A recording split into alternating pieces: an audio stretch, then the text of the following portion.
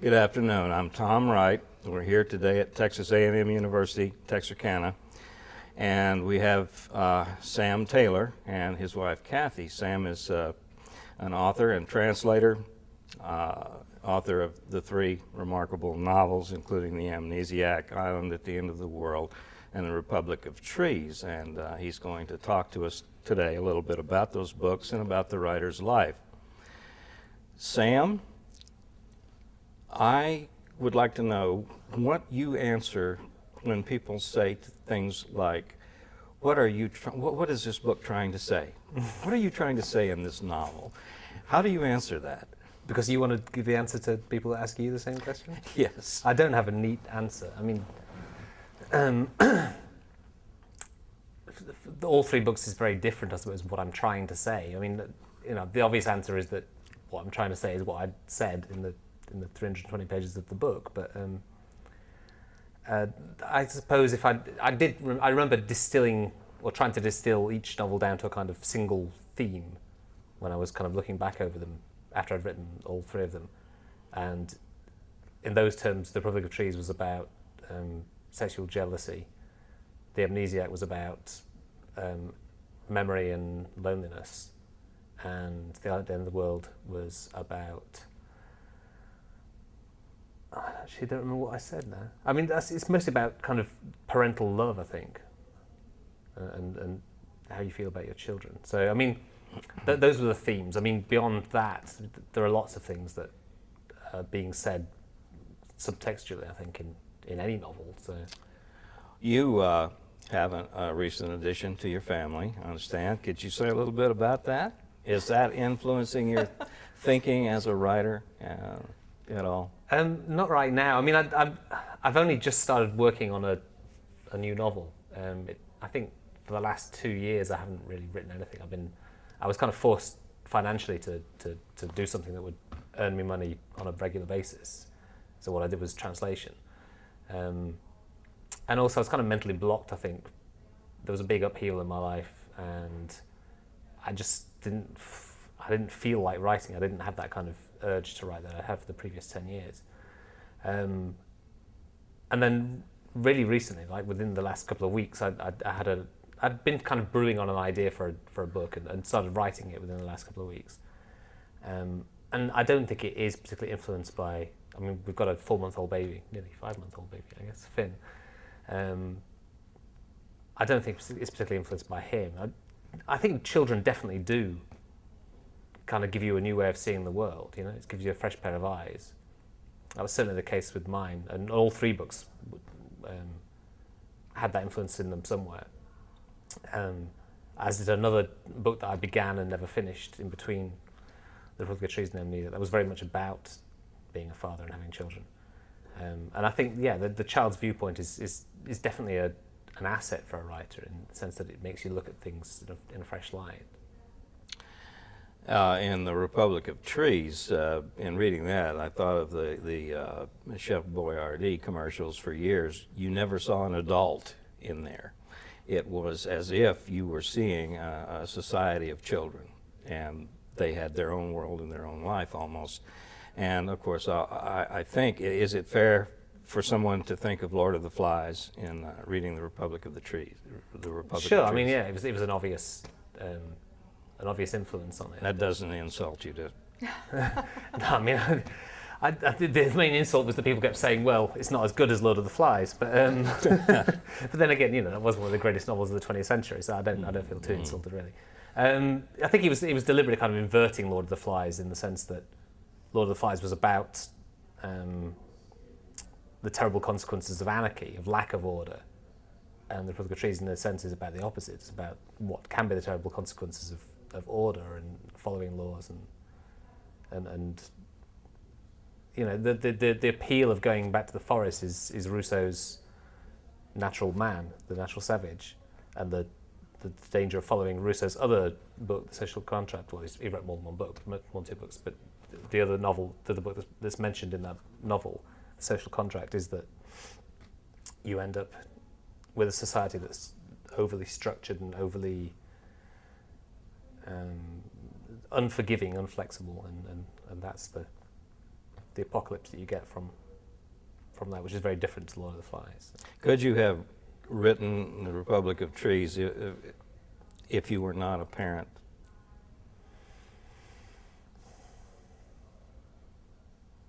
I don't know, to be honest. I certainly couldn't have written The Island Dead in the World if I wasn't a parent, because that's very much about the feelings that a parent has. Republic of Trees, I don't know. I mean, the idea came to me when my kids were really little and there was a kind of forest behind our house, and I imagined them being older and going into the forest. And it's kind of got its antecedents in fairy tales as well. And a book by Italo Calvino called Baron in the Trees, in which a 12-year-old boy refuses to eat his dinner and he's punished.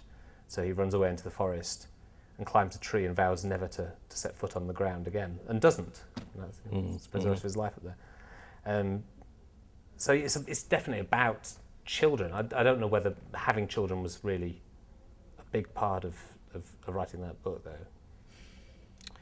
In working as a novelist and creating a story such as you have done in your novels, do you feel subjectively as you are working that the story is coming to you, that you're finding it, or that you are chiseling it out, making it as you go?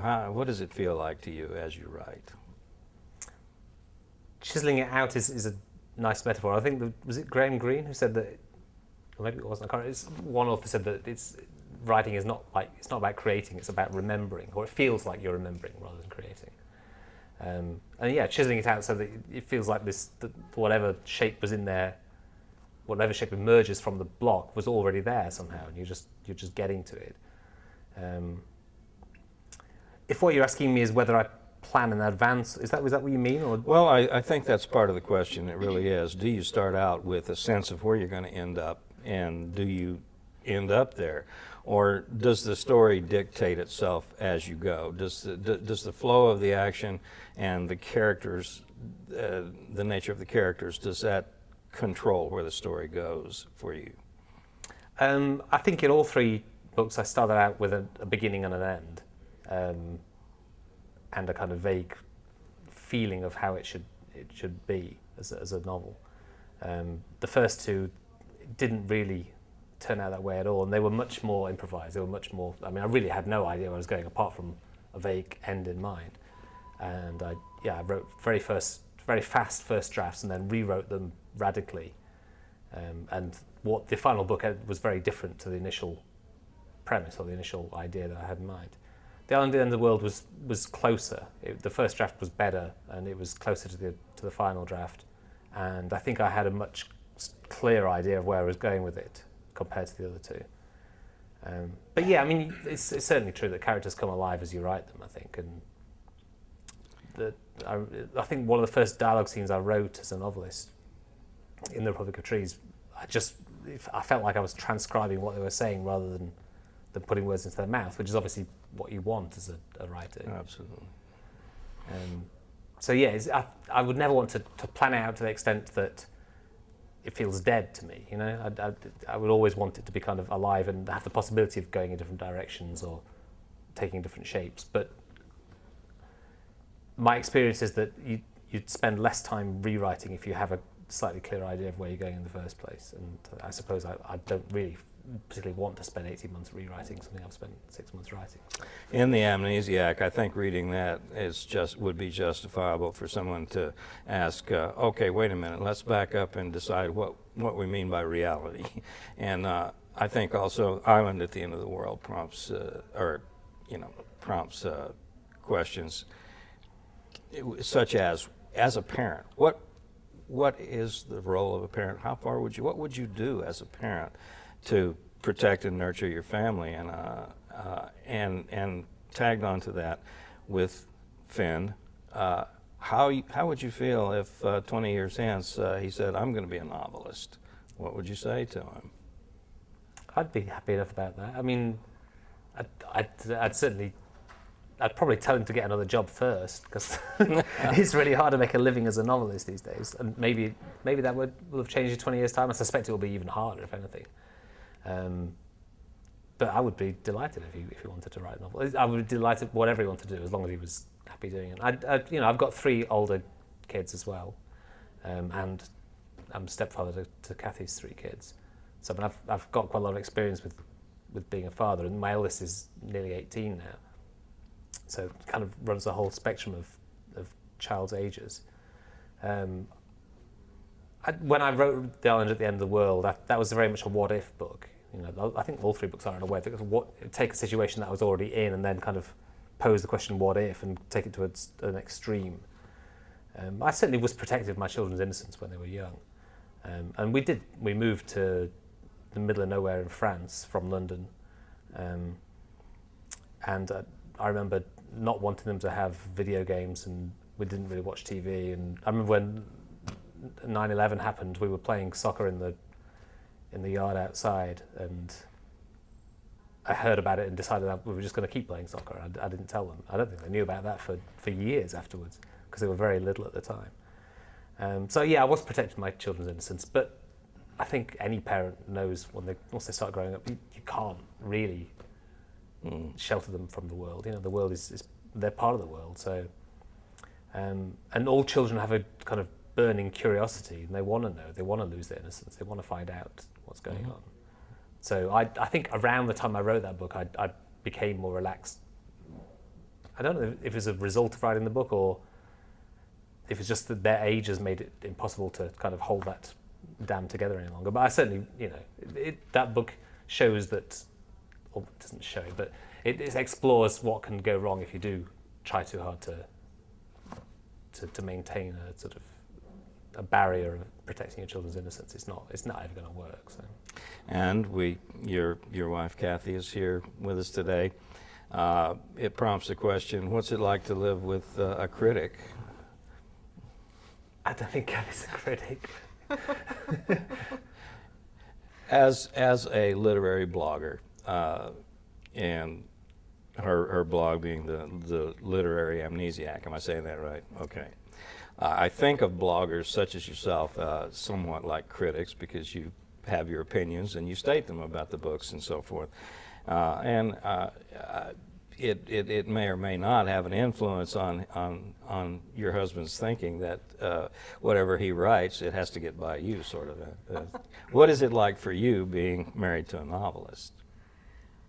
Well, he's only just started writing another book, so I haven't had a whole lot of experience of being with him while he's writing, but I don't know, at first he wanted to keep what he was writing private so that I could have the experience of reading the whole book at once at the end. But then just, I don't know, maybe in the last week we kind of decided together that we might as well discuss it now, and it's been really exciting for me. It's interesting to see it from the inside, I guess. It's exciting for me too. I mean, Kathy's right. I wanted to kind of protect her as well. I didn't want to ruin her reading experience, because I think she's more of a reader, passionate reader than a critic, really. She writes about books because she just wants to keep track of what she's read and express her feelings. It's not because she wants to. I mean, critics, it's more structured, I think. I don't think she's a critic in that sense. But it's really nice being married to someone who loves books and who has the same interests, and that certainly feeds into our lives, but I think it will feed into my writing as well. And it's certainly, I mean, it's only been a week, but the early experience I've really enjoyed. The idea that I can kind of share these ideas at an early stage with someone who's on the same wavelength, and she had a great idea the other day, and I'm hoping that will continue. So sure. You are able to avail yourself of immediate feedback from a perceptive reader whenever you want it. So I can see where that could be a real advantage, but I can also see where it might make you a little nervous. I don't think it does make me nervous. I mean, possibly if I'd never written a book before, it might make me nervous because I wouldn't really know where I was going with it. But I've written books before, and I know how to do it, and this just seems like an added bonus. Really, it just seems like a nice extra to. Earlier, you alluded to the changes in the landscape for novelists and how it might play out 20 years from now. But in recent years there have been a lot of changes. How do you feel about that? The world that novelists live in now as opposed to the world they lived in 15 years ago.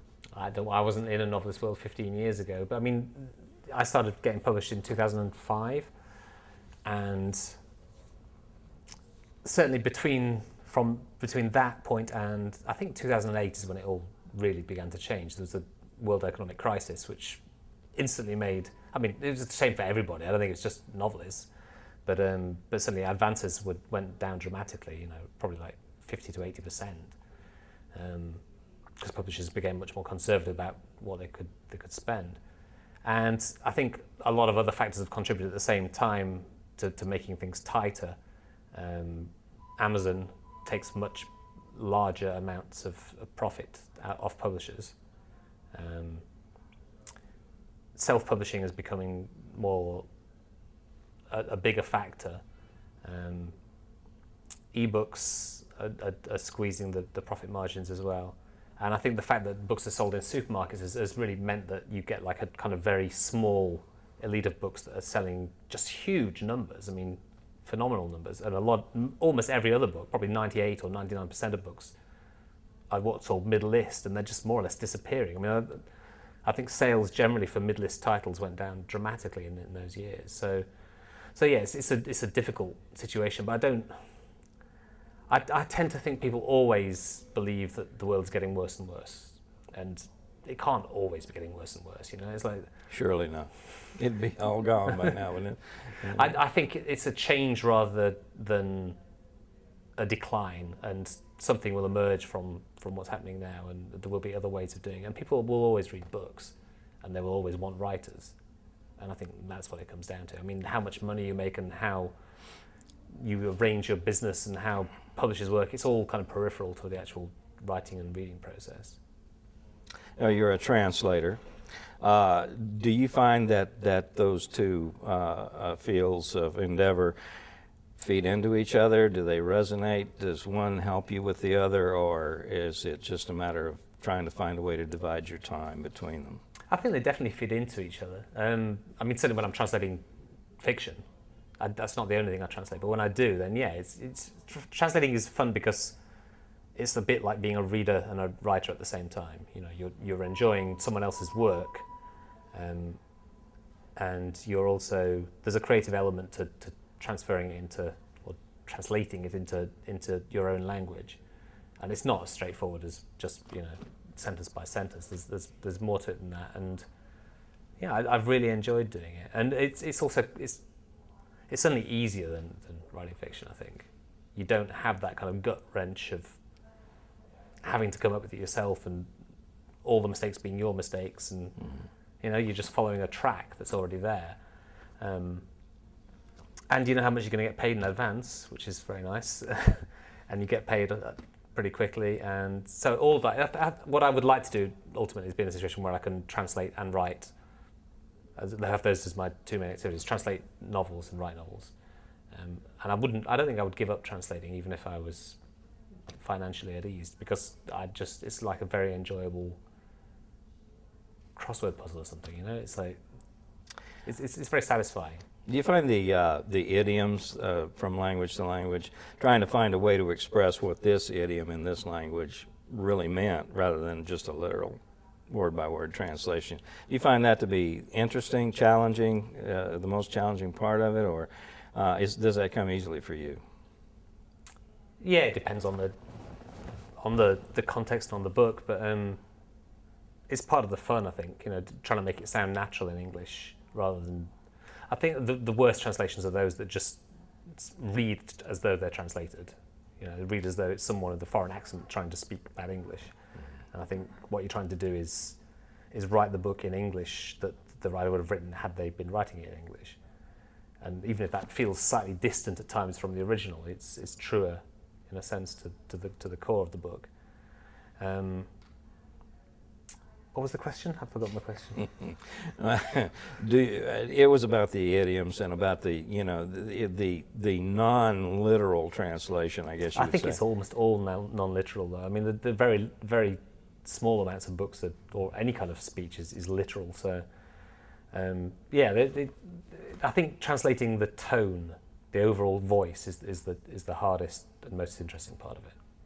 As a novelist, would it be? Do you think of that as an art, or a craft, or a trade, or Art or craft? Yeah, I don't know, somewhere in between the two, I guess. calling it an art and calling translation maybe more of a scholarly enterprise? Which one fits you the better? Which one do you wear most comfortably? I'm happy to have the two. I mean, as I said, translation's easier. You can do it when you're maybe only sort of 80% energy, or you can be having a bad morning and still just sit down and translate, and it's fine. You can just kind of seal yourself off and do it. If I'm having a really bad morning, I find it hard to concentrate on writing. I have to be kind of in a good frame of mind. Do you ever have the sense that when it comes to writing, creating, it's either there or it's not? When you're not ready for some reason, whatever it may be, that you're just not in that mode, you really can't produce anything that you like. Yeah, I do think that's true. I mean, I certainly when I was writing full time, I used to I would sit down every day when the kids were at school, and I would try and write. But I think you're right in the sense that even if you produce 2,000 words that day, it's unlikely any of them are going to stick, because you're forcing it, and it's not going to work. Having said that, I did. That regularity of writing definitely helped me, I think, when I was full-time. Right now, I'm kind of coming back into it, and I'm not able to do it full-time. I'm just doing it in a few hours in the afternoon each day. And it's much harder to get into that kind of rhythm of writing and have that kind of confidence in what you're doing, because I think that the regularity helps with the overall confidence, helps with the momentum of it. Somewhere I read a statement to the effect that that artists in general do their best work when they're playing, when the process of creation is play for them. Would you agree with something like that? Would you go that far?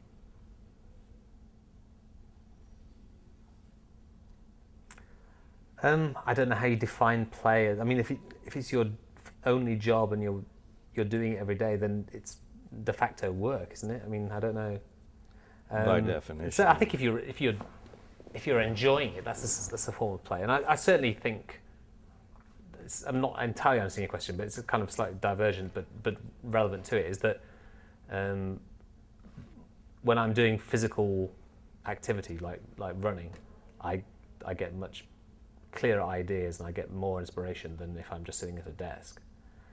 So yeah, running, walking, skiing, riding a bike, anything like that, it instantly kind of frees up my mind. Do you know, before you actually sit down in front of the keyboard, whether you're on or not at that moment, whether you're going to be able to produce something that you're going to like? Does that feeling control in any way when you work and how you work? I don't think it did that much when I was writing full time. I think then I had much more of a routine, and there were days that were better than others, or even hours that were better than others. But I think doing it every day gave me a momentum where I could kind of reproduce that feeling, or bring myself to that feeling much more often and much more regularly. Earlier you talked about how you would respond to the question, what are you trying to say with this book? And what I heard one time in a workshop, a poet was asked that question, and he said, well, read the poems. In other words, if you want to know what they're about, if you want to know what they're saying, read them. And I thought that was pretty good advice at the time. But I do want to know where you're going with your present novel. What can you say about the general direction that's going, and what you're going to end up with when you finally finish it? I kind of think it's bad luck to talk too much about something certainly at that early stage. All I would want to say right now is that it's set here, or in Texas anyway, in the present day. And I'm assuming that at this point you would feel that probably your skills are greater, your ability to write a book, I suppose, probably must get noticeably better as you go along. And so you feel more confident with this one, where you're going? Actually, I don't think that's true. I think the fact that I haven't written for quite a while, for a couple of years. I'm probably less confident, and I think it's going to have to come back slowly. And just the lack of time, the fact that I'm doing it as a side project, will probably have an effect as well. But I mean, I do remember how to write books. I have done it before, but at the same time, I haven't got the rhythm that I had before. So it feels slightly more tentative at the moment than the previous ones. Well, certainly than the last. The Island at the End of the World, a book that I wrote after that under a different name, were easier and more straightforward to write, I think. If you kind of stay general about it and talk about the book as well, it's about something very broad or non-specific. Maybe you could say more, but I do wonder, if it's all right, I'd like to ask Kathy something about that. Now, we've heard what he had to say about his work ethic and so on. Have you found anything that kind of kickstarts him, or what powers him up as a writer? What have you seen? Well, just what he mentioned before about it, it seems like when he goes for a run or something that'll bring out ideas, but I don't know if I can think of anything other Probably than that. the endorphins, in other words.